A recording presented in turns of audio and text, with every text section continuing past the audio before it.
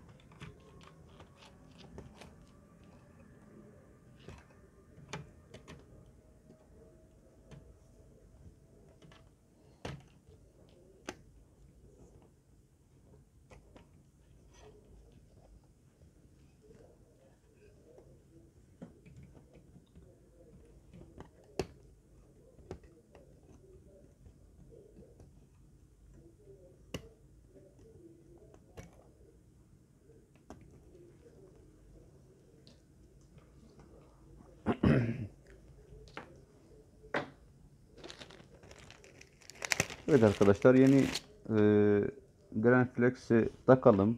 Emin olalım. Bundan sonra toplayalım.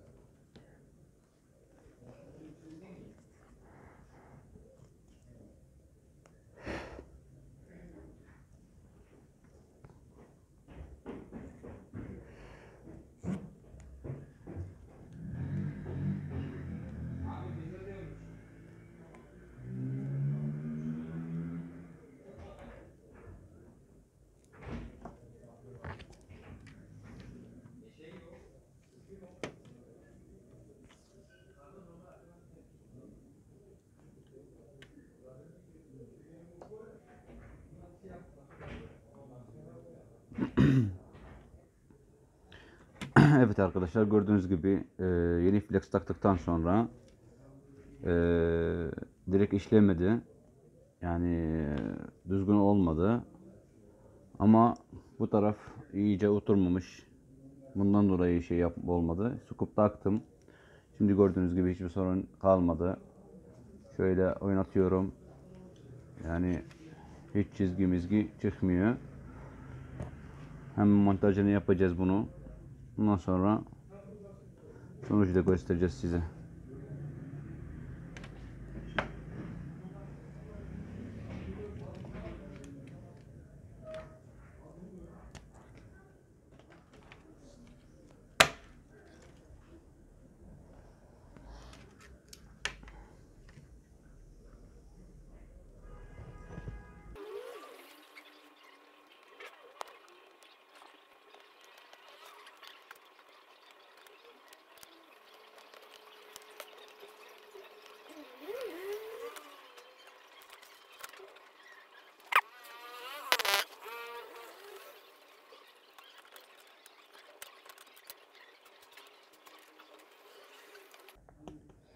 Evet arkadaşlar, gördüğünüz gibi biraz gıcık bir iş ama yapacak bir şey yok, mecbur yapacağız.